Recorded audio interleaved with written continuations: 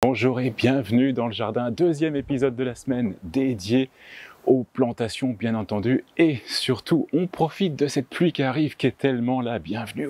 Les sols quand on creuse c'est tellement sec encore qu'on a besoin de cette eau qui arrive cette semaine. Donc voilà, on se couvre, c'est pas grave, et tout le plaisir est de se projeter parce qu'on va mettre de belles plantes. Ça va être l'automne, ça va être le moment où il faut planter. Alors on va jouer aujourd'hui avec un rappel, vous voyez cette Gora qui est magnifique, tout en fleurs, voilà, qui amène cette tonalité, ce peps dans le jardin. Donc on va lui créer ce petit rappel avec des anémones, donc des anémones qu'on a présenté il y a 3 semaines, où on a fait cette petite vidéo sur voilà, les anémones et le bienfait d'avoir cette plante dans le jardin, juste dans la transition de l'été et de l'automne. Nous n'en avons pas en ce moment chez nous, donc on va en planter et on va la répéter d'ailleurs dans plusieurs autres endroits parce qu'il y a plusieurs secteurs dans notre jardin et ça va être très bien de retrouver des points de repère et d'avoir un fil conducteur dans le jardin, quelle que soit la saison. Voilà, alors on va les planter à la place de ces hortensias. Alors il y a un hortensia ici, il y en a deux autres qui se répètent dans le petit arc de cercle, mais voilà, on le voit bien, les hortensias n'ont pas du tout apprécié l'été. Il est vrai qu'à partir du mois d'août, quand les restrictions étaient de plus en plus strictes, je les ai pas arrosés, ce qui fait que je les ai laissés vivre et prendre ce qu'il y avait à prendre. Alors, je dois avouer que entre la haie qui est au-dessus d'eux, en plus dans un sol qui, vous allez voir, qui est vraiment dur, compact, c'est vraiment pas une terre appropriée. Donc, c'est pas si mal que ça que je prévois de les déplacer parce que chaque année, je les arrose un peu trop. Donc, c'est préférable de les emmener dans un endroit où il y a un petit peu plus d'humidité parce qu'il y a une pente qui va amener de l'eau. Donc, on va essayer de les mettre dans cette deuxième partie du jardin et puis on va tous les déplacer. Et là viendront nos anémones. Elles seront entre deux alstromères qu'on a plantées au printemps, donc qui vont bien s'installer là pendant la partie hivernale, qui vont se développer, qui vont être magnifiques tout le printemps et l'été prochain. Donc vous allez voir, c'est vraiment, ces deux alstromères vont vraiment prendre de l'envergure et elles vont être magnifiques. Ce qui fait que les alstromères, commençant un petit peu à défleurir maintenant, les anémones qu'on va planter vont prendre le relais ici. Et donc ça sera un juste milieu. Il y a la Bélia qui est juste au-dessus, qui a des teintes rosées également. Donc entre le rose vif de la Gora, des roses plus nuancés mais quand même assez vifs des anémones qu'on va mettre ici, le rose qu'il y a de la Bélia, voilà, tout un environnement assez harmonieux et ça va être très joli. Donc on va commencer par tailler l'hortensia, le rabattre pour que ce soit plus facile à transporter, éviter de casser trop de plantes. Puis alors franchement d'habitude j'aime bien garder les terminaisons parce que c'est tellement beau l'hiver quand il y a le givre qui se pose sur les terminaisons que voilà, d'habitude je les garde, mais là franchement la plante a tellement plus de style qu'il vaut mieux la nettoyer. Donc je vais la nettoyer, je vais commencer par juste couper juste au-dessus des fleurs, puis après je vais rééquilibrer en coupant certaines branches et en aérant le pied. Allez, comme ça on retire cette plante, ça va pas être un mince travail parce que c'est une belle motte, mais il est préférable pour être déjà plus à l'aise, on va nettoyer au moins toutes les fleurs fanées.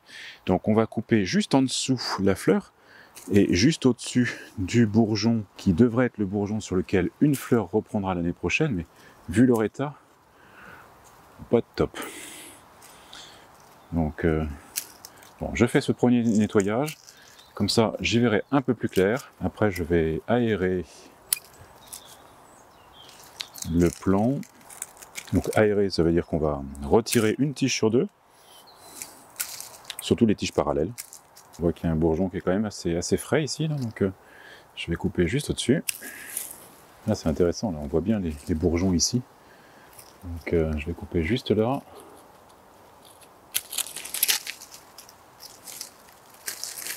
Là c'est pareil, là ça m'a l'air quand même bien mort, je vais privilégier les bourgeons qui sont juste au-dessus. Incroyable cette résistance qu'ont les plantes, je crois que le terme à la mode c'est résilience. Et là vraiment on a un exemple parfait de la résistance des plantes à des situations inhabituelles. Bon, un bon nettoyage. Alors, tous ces petits bourgeons qui sont en train de redémarrer, ils vont peut-être pas apprécier le fait de les déplanter parce que je pense très sincèrement que la motte elle est quand même assez importante. Donc naturellement je vais couper dans des racines, dans des radicelles. Donc la plante va souffrir. Bon, on va la transplanter, comme je disais, dans un autre secteur. Bon, elle va se refaire, on va faire en sorte qu'il y ait les éléments nutritifs qui vont aider le système racinaire à s'installer. Mais voilà, pendant l'hiver, ça va redémarrer. Donc tous ces petits bourgeons qui de toute manière démarrent à une mauvaise période de l'année vont forcément subir le froid, donc c'est pas trop grave. Voilà, je vais maintenant faire une motte, la déplacer et ensuite planter nos anémones. Même si on est un peu à la pluie, il commence à faire chaud.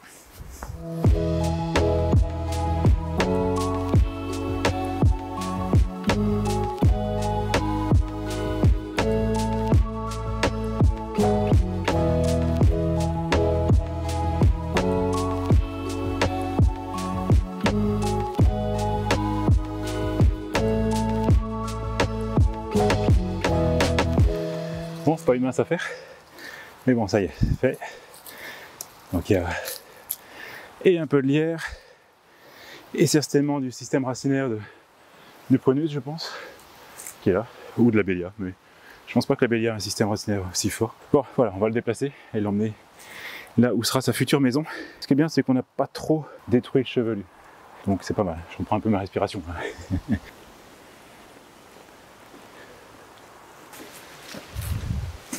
Alors, au moment où je le déplace, là, je n'ai pas encore vraiment trouvé sa zone. Donc je vais le mettre dans un espace où je stocke la terre que je retire des différents massifs. Donc pour l'instant, il va être en jauge ou en pépinière. Dès que je lui ai trouvé sa place, ou dès que je l'aurai préparé, parce que là c'est tout un environnement où il y a tout ce qu'il lui faut. Je pense toujours bien, j'espère. Encore quelques semaines, on trouvera une place sans doute courant novembre. Et comme prévu, la pluie s'invite, ce qui est très bien pour les plantations à venir. Donc on va se couvrir quand même. Bon, c'est moins bien pour le matériel, hein, pour filmer, c'est pas top. On va planter 3 anémones du Japon, donc qui vont avoir 3 qualités différentes. Alors, on va avoir celle-ci qui est la précox, et donc qui est la plus précoce, mais qui monte quand même à 50 cm, 1 mètre. Donc voilà, on va être dans cette échelle-là à peu près. On va avoir celle-ci qui est la Margaret, donc même hauteur, par contre une floraison plus tardive dans la saison. Et là, on le voit bien d'ailleurs entre les deux plants, la différence de boutons. Et donc on est autant celle-ci commencera en juillet et finira en septembre, donc on est vraiment sur la fin, autant celle-ci va aller jusqu'au mois d'octobre. Et puis la troisième, qui va être plutôt la première, puisque c'est celle qu'on va mettre devant, qui est la variété Fantasy Pocahontas. Et là, inférieure à 50 cm, donc on est plus petit. Alors c'est bien entendu celle que l'on va mettre en avant, donc on va plutôt la planter ici. Donc je recherche mon équilibre par rapport à mes 2 alstromères. On va plutôt venir par là. Et puis donc on va dispatcher. Alors on va mettre un bon 50 cm entre les 2 plants, entre les 3 plants. Voilà, on va faire ça comme ça, donc un beau cône. Et avec le temps, elles vont bien entendu développer une belle touffe, telle qu'on vous l'a montré il y a 3 semaines là, dans la photo, le film que l'on a fait au Jardin des Plantes à Nantes. Là on voit qu'il y a un immense massif, donc voilà, elles vont se développer, elles vont se rejoindre, et ça va être là tout le charme de cette anémone qui, en même temps avec le vent et avec le temps que l'on... Ouais, avec le vent, elles vont osciller comme on a pu le voir sur la vidéo. Donc voilà, donc on va les dispatcher comme ça. Je ferai en sorte de contrôler le viburnum qui est juste au-dessus, tout comme le...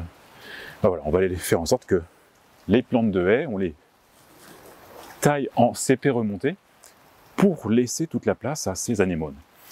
Donc voilà, donc on va faire des trous bien entendu, rajouter un peu de terre quand même, parce que notre hortensia avait quand même une belle motte, donc il va falloir qu'on aille chercher de la terre d'ailleurs, juste à côté où on l'a mis en pépinière. On va recombler ce trou-là, et puis faire des beaux trous pour ces 3 anémones. Ah, quand je vous disais c'est un terrain plutôt sec, je confirme. Alors il y a 2 raisons pour lesquelles c'est sec. La première, c'est que, comme je disais, on a eu un été plutôt sec, mais c'est surtout en fait que à cet emplacement-là, les précédents propriétaires avaient fait une allée qui allait assez haut. Et au fur et à mesure où je fais des plantations, je casse un petit peu cette allée. Alors là, je suis typiquement sur un emplacement où l'allée était malgré tout présente. Alors on le sent là, j'ai beaucoup de cailloux.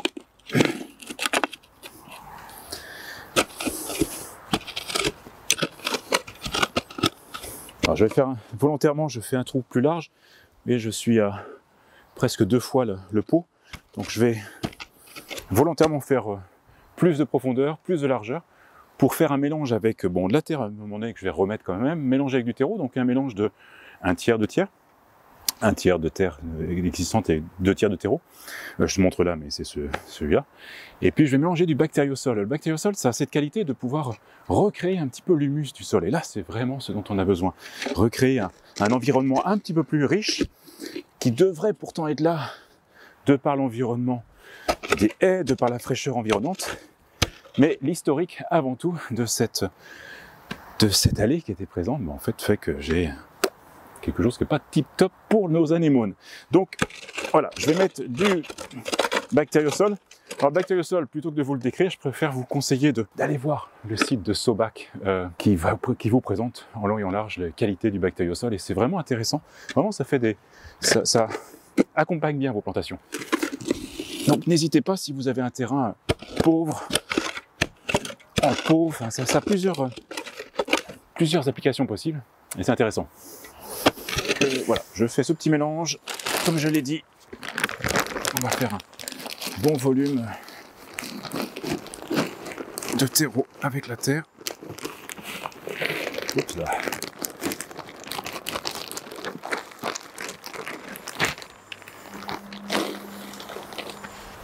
Dans les proportions, voilà, à peu près de un tiers de tiers.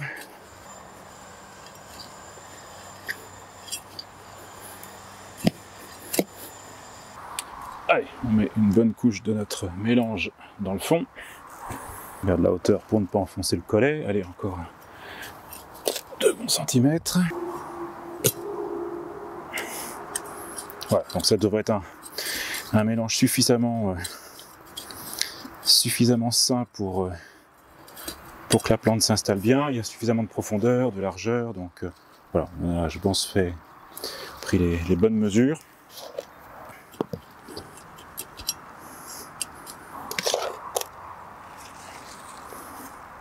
Et bien entendu, on fait en sorte que le collet de la plante soit au-dessus du sol. On tasse bien autour.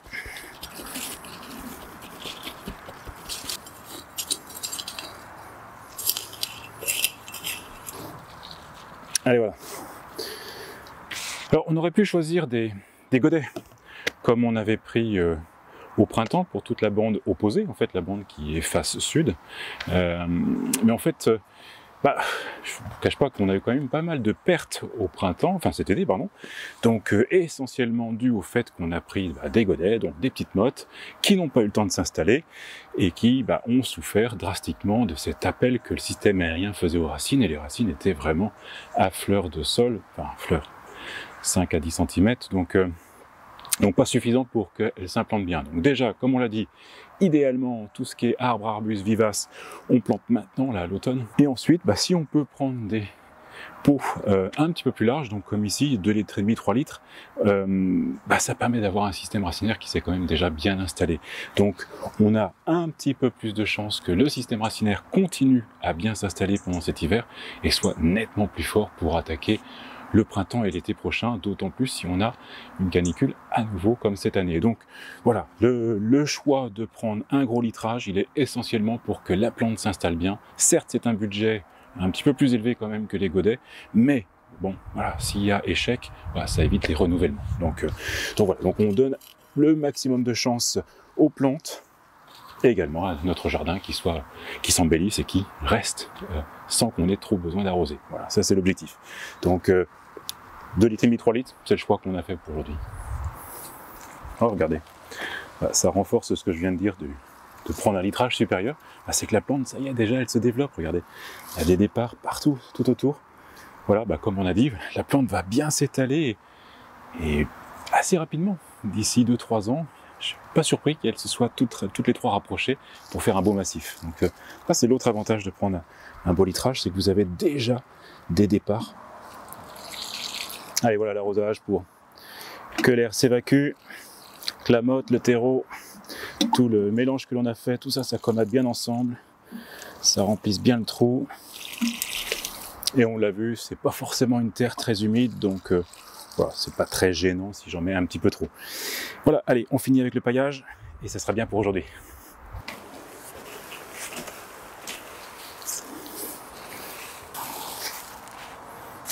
Et voilà, on n'avait plus qu'à les observer parce qu'elles vont s'ouvrir là prochainement, donc elles vont être superbes. Comme je l'ai dit au début, un petit peu en rappel des goras à l'entrée. Voilà, elles vont amener une fleur rose suffisamment forte pour être bien perçue de notre intérieur et de les regarder bouger avec le vent. Voilà, allez, c'est fait pour aujourd'hui. Je vous retrouve demain pour un nouvel épisode où là on va parler jardin mais également terrasse. C'est l'objectif de pouvoir trouver une plante qui s'associe bien sur les deux pendant l'hiver. Allez, je vous retrouve demain, jardinez bien.